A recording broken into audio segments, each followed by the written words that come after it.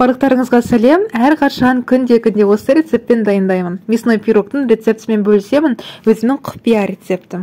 Ал бисмилля деп бастаймыз. Ең алдымен ыдысқа ертіп алған сары майымызды саламыз. Оның үстіне өлшеп алған сметана саламыз, қаймақ.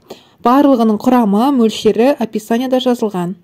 Одан кейін үстіне бір жұмыртқамыз саламыз, кішкене тұз сеуіп, барлығын күрекшемен жақсылап араластырамыз. Араластырған кезде венчикті да қолдансаңыздар болады. Ең басты біркелкі араласқаны дұрыс. Енді осының үстіне өлшеп алған ұнның үстіне қопсытқышты салып, соның ыдыстың ішінде араластырып, одан кейін оны електен өткіземіз барлығын.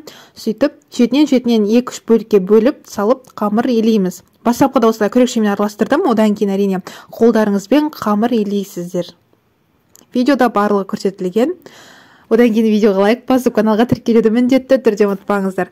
Мінекей біздің қамырымыз дайын болды.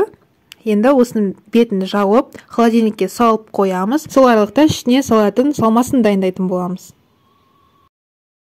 Енді тауық етінің салмасына филенің тауық етін қолданғандарыңыз дұрыс. Әрине еті болса болды. Ең басты осылай майдалап турайсыздар. Тауықтың ғана туралғанын көрсеттім. Себебі толықтай пісу керек. Әрине тез піседі духовкада, бірақ сонда да осылай майдалап турадым.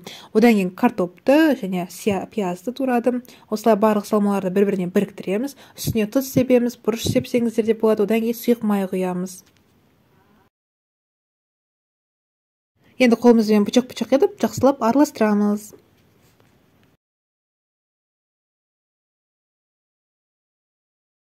Мінекей біздің ішіне салатын салмамыз, барлығының мөлшері описанияда жазылған. Енді қамырымыз тоңазытқыштан шығарып, 2 бөлікке бөлеміз, біреуін кішкене үлкендеу, ал біреуін кішіректеу қылып.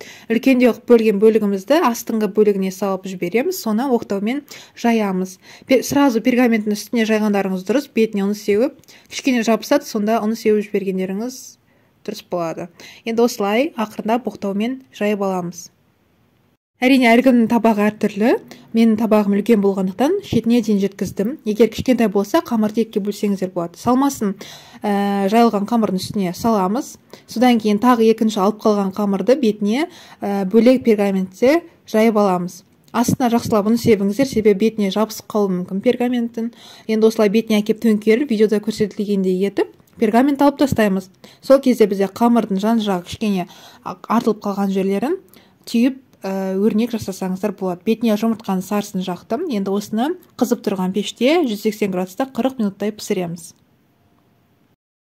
Мінекей біздің мясной пирогымыз қызарып пісті. Өте жұмсақ әрі өте дәмді. Сондықтан міндетті түрде дайындаңыздар, үй-іштеріңізді қуантыңыздар. Сіздермен болған Меруерт. Арнаға тіркеліп, видеоға лайк басуды ұмытпаңыздар.